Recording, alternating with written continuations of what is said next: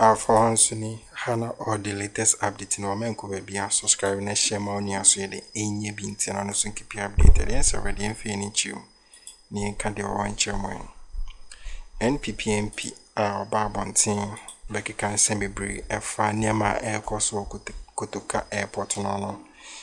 I just say air John Dramani Mahama a friend say on board air the state a security agencies no month me a day.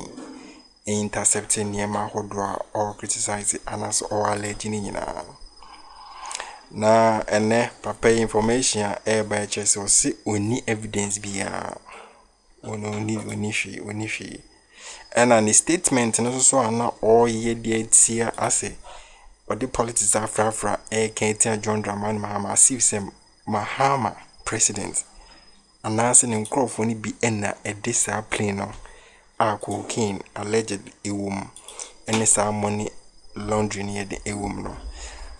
Because of politics international or case NDC time away by NDC time Mahama buying away in this I could delete tips are posting in everywhere with evidence be so still now man for so any German uncle punishment ben or man young couldn't quit in your head. I love from Alaska the commander with a commanding voice. If you catch you no bisa you have no credit at Ghana for. If you have Ghana for Wunyama Ekoso. Na if you so you have show Wunyama Eko. Na Alaska the Don. Woni otutu prempa Ghana for enyawa anke ahwera de. Kodi abeni ba wiase nyina kitawo. Abucha fumula kaya. Aya Asin South Mrashabedweni. I am former deputy education minister, also a software. Now, and another, a software where you are meaning, bia, some year on me, a software to me who said, away a software meko. About your press conference, I am ranking member, our defense. Now, the press conference, I am in so woman 2 flights be aeroplane, me, Nubia Bensua, and Rubonu and Omudi. It's about your press conference. Why your press conference here now? John Dramani Mama who won the no oh near the car honorable yada say what to me the idea way aba. And the John Mahama air task the security agencies and they say one no me papa ni wa mu afei John Mahama yes I dey papa I afei near our papa no Facebook wo delete. Ave you go be say no kono kobua o say on the hwi ni ho sa mukaya professor Musa Abriso wo me di Amina you tombas asem bi bae ye hwehwem ne Akrofo Amrobes Ahoto FM 92.3 ye tie aya press conference no on the bae now for say aya Topio Joe and na say Bagbush ana ye didi MP Anko Bofo Santi Kwajo Anko Dasu ye MP wo suhum Ahoto FM 92.3 I'm sorry Facebook okay yentie no the matter of air-med flights and Cavok Air private jets transporting suspected cocaine and cash. Ladies and gentlemen, on another security matter, I'm sorry Facebook the Minority Caucus calls on national security to, as a matter of urgency, make public the content of cargo suspected to be cocaine and cash transported into the country by 2 suspicious flights, namely air-med flights N823. Live on the radio on 92.3.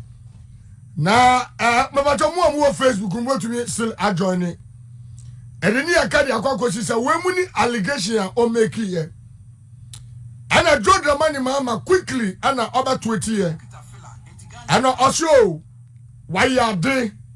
And some now do better to Gano and one. No, mom. Uba the national security and the state institutions, sir. Yen to me, Ashana, Yempa, Assembly Puma Sibre. What's only Kaya Beko, Kaya Yin Hua? Oga, and yeah, Honorable Phyllis of Osukwachi. Eba want to be addressing Ghana for on this issue. But I just like the page, you know. Yet Honorable Phyllis of Osukwachi, but Uba like the page. Anytime MPP achieve that for no mabokro no near person, not almost said that the Bibia Babe bomb.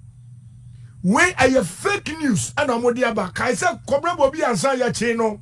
because you see wako ka se bia a fake news dan pare be che no yenua Mensa Thompson ono so ko ka se bi so private jet no na se presidential jet no na do ni mabi ni man ade ko Dubai ye che no ade no kokot me no ka say sasam no ye no ye fali knowledge prosecute I don't know when so wako chani fake news bra Facebook out of them official I don't feel so for Sukwachi asamra papa no be kind no who's there the last few days the disinformation machine of the new patriotic party has been ratcheted up and they've taken it a notch higher this time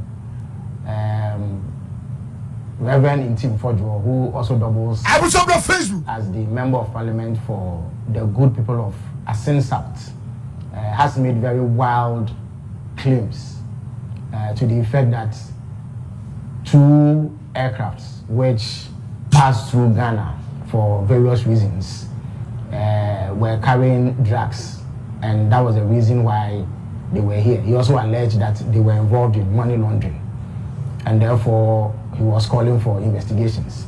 As you may be aware, President Mahama gave him the opportunity to present any evidence or any basis he has Facebook, like the page, to the security services, so that together we could look into the matter to ascertain whether there was any truth in it. I can report to you that because he knew he was peddling total falsehoods and lies, he now claims, after being invited to assist with investigations, that he was speaking on behalf of the committee that he was part of, and that the views he expressed were not his personal views. So because of that, he says he's unable to cooperate with the security agencies. I say that he was peddling falsehood because the facts as they exist vary completely from the claims that he made. When he made that claim, he was only seeking to peddle falsehood in a bid to undermine the confidence that the people of Ghana have in this government. The truth is that 2 aircrafts with completely different purposes arrived in Ghana, and their arrival was perfectly legitimate, and they were here for very genuine reasons. The first one is an Antonov flight 12BK with registration number CVK 7037. Now this flight essentially is a cargo plane which arrived on the 12th of March 2025. Now no plane arrives in Ghana without a landing permit. So this plane secured a landing permit with number GAF/TMAO/25/7863. Now the purpose for arriving in Ghana was what we call a technical stop. Essentially, this is a cargo flight that was destined for the European Union market.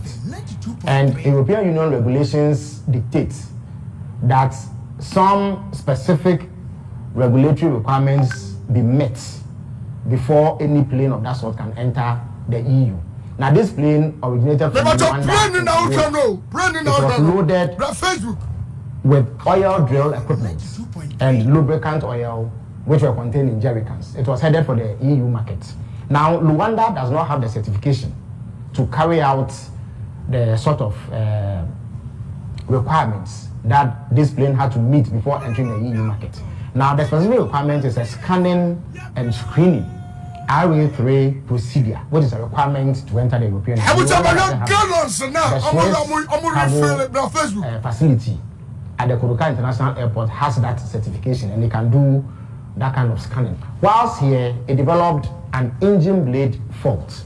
Its engine blade was damaged, and then it was also detected that there was severe oil leakage, which required immediate attention. For that reason, a replacement aircraft, URCEZ, with registration number CVK 7007, was brought in to evacuate the cargo. The aircraft that was damaged remained here for 13 days. That is between 12 March and 25th March 2025. After it had been inspected by aviation security officials of the Narcotic Control Commission, officials of National Security and National Intelligence Bureau, no contraband or unlawful commodities were found on the aircraft. Now, the second aircraft in question is a Hawker 800 XP with registration number N823AM. Now, this aircraft is operated by an organization called Air Med International, which is based in Birmingham, Alabama, in the United States of America. It operates as an air ambulance. Now, Air Medical International flights in Ghana are handled by Facebook. Now, this plane landed in Ghana on 20th March from Gran Canaria, Las Palmas, Spain, having gone through Luwa. Right, I was from Alaska, the Don. Tie. So what tie some Phyllis of Osukwachi Akana? Aya plane. Aya found the same example. Sir, I want to 92.3 of a young cast. Nebia ya de kwa ebia kumase. Niama gumi ani edu suhum. Ana baku a develop fort. And a develop fort and now was a year park awo suhum. Na per aviation any woman any amano. Woman our permits. I just say plane be a to kwa dia kwa baby nenya forta ebetumi a landi wo mind bi so near dia hwe. Enti Orlando ye. It woman just said the niama akosuna and almost another plane. Aba ma niama na ewom no meyi and the tukoye. Where you and also for Topio Joe or top for Bagbush or so for minutes or so for Meko. After you cast and a drama so fine. Also, what does he dear? Branaba bois. Nianya also there been a committee no Kasama coming and some no Kanyan and Yana Kasana and your committee. Rollins catch them. Anytime I will say MPP on media houses and do on my DBB cheaper or be about Kurano and your petani and I beni no Baba defending. Hey, Alaska the Dawn, and same way we are bossy. If they can't say and you was in for talk anybody and I was saying yenya otani and yenya amurani na yedi ni samusuo no MPP mu. Hey, Alaska the Dawn, and same way we are bossy. It is a wunu bi aba MPP mu na pe amurani a senye ahiagba eya fenyo markings. Hey, Alaska the Dawn, and same way we are bossy. Ya bokro no bi wa MPP mu ni ya pe obi atumi a defend ya senye Dr. Bawomi a na chese yenim ni awoso ye. Hey, Alaska the Dawn, and same way we are bossy. And now we are going to expose the former MD, former managing director, Dubik Mahama on these missing containers. Hey, Alaska the Dawn, and same way we are bossy. Now, some we are the way Papa was a national security cover Papa no because of contradicting him. I have a real for no waji because some be pray be as how or your 10 officer no and there was a musuo. Hey, Alaska the Dawn, and same way we are bossy. Now, I will say follow the show. Says you are board chairman, former board chairman of ECG. Or say you no clear. Says you the near money bar almost at home. Now, in the electricity company of Ghana, you have estate department and you have procurement department. See, company BIA is being run by board of directors. And my mean for Universal Multimedia, Ahuto FM Radio 1. Be wasum na yesu ade. Ahuto FM 92.3. And the Evans Ahuto FM Radio 1. Your directors are woman no move directive policies at the company way. And the directors back kosia. Ni aka kira wo se niama we ni ya pesa ye to. Directors bema approval. Nothing more implementers like the general manager and any crop for no. Nothing more to me implement. Say board nama approval. She knew about running our company. Sounds so and state-owned enterprises are running. Ahuto FM 92.3. And the TA Honorable Afenyo Markins Wakatira Osa and then watch as a board chairman. No woman yani mano atong. And besides your estate department and procurement department of the electricity company of Ghana. And a journalist beside Dubik said, Adentina under your watch, mu imagine procurement department and an estate department together. Ahuto FM 92.3. Okay, yenti oni journalist, no. Yenti oni journalist, no. Why did you merge the estate department with the procurement department? Fantastic question. Again, if the committee had gotten in touch with the company secretary, because as managing director, I can't just get up and merge directorates. No, you need the consent and the concurrence of the board. So the you board, understand? The board approved that decision. Definitely. Ahuto FM 92.3. From your last card, the door here we teach radio. And I can't now say there is no way say procurement about Koso. Board no end to me because say your board approval or no as a managing director on to me go ahead. So in the first place, procurement omo here answer the containers in the bar no according to Onono.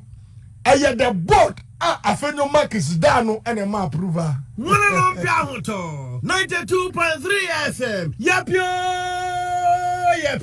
Afebra Facebook na mi sanchiro ni enti am say Dubik Mahama. After this show, our national security call peke no. Because ya the neighbor baby yi musuo bra Facebook. Ahuto FM 92.3. O kaisa earlier o kaisa aya procurement department estate department no aya board ni na ma approval. Answer na enti niema akwaso wo port ni nyina no board ni chairman aya Fenyo Markets bra Facebook. Nidin the Reverend in team for Joe NPP MP for Asin a South Archese Enya Sankitoa. Niama or the Ababonte Niama Chese or no uni information bia per Alaska or Chese Pape Ese Unishi or sorry Unishi Unibi bia uni information bia na committee na not so. And I dare not be down on the air present keke. Unifree. Naso sono se uko share the presentation. Do you know si kasano? I see you say NDC time we and assign money in neighbor. And so back here, President John Dramani Mahama Bino. She cooking kwa omuhu. It came near the corner easy. So does it mean I go for 8 years no? Yeah, who cooking that? Because your anti-case be out, it be out the OTBD as a cooking while I go for the time, and shed anti-case be as out. So during another time, Papa we, friend Reverend team for Joey. Papa we, where who cooking under 8 years and who be that. Playing beyond the sense kotokada. Money laundry I course on where who be one TB. A be created as so called Sicilian party no. Allegedly, say money laundry one TB. Near ma Ghana for kind say enye koso akofada mamuno where who be na education aside or no a minister. So near me course of phrase such as na address for air cano or bois and near sign a manangoso where who be one TB. Hypocrisy and I did 3 mama bedru sabri. Wa buying is intino. Yen tarnish the new government in image. Meanwhile, your money she wants 8 years when to my you. Because it's here say, you can't say NPP for led a year akufado. Busia muboy na Mumba accounting 10% of the money. And dear mudiya mubitimi. 10% of this. Sikana mujini na Mba account the more accounted for 10%. Okay, the gata way, the sea factory way, the dam way, 10% per mubitimi. And so busi ama bonnie say, see a case the Ghana beche in Dubai. A man for moya analysis our munim they say. Busiana ma bono, come when di sabi, say the be more cano, some way dino. Come on, yenesa, and Kesi Ghana chain Dubai. Kensu kama. Ke hospital kama. Schools fe. Ke ko base mo bi yare this is gesa the Ghana sika taxpayers money. Sa na ko hwe mo ho yare wa buchir ke mbasa wo. Na maye ebu amemu ntrokawe every sector be as if na minister iniho enso so mamemu no yes and only the biggest government ever. Because sector back with minister, deputies bear 3-4. Aden. Muni now so near bomb every month. police guide omo allowances ahodo ye wo mo ne nya asenketo es gracia ombesa gi aka ho enso so ankosi aga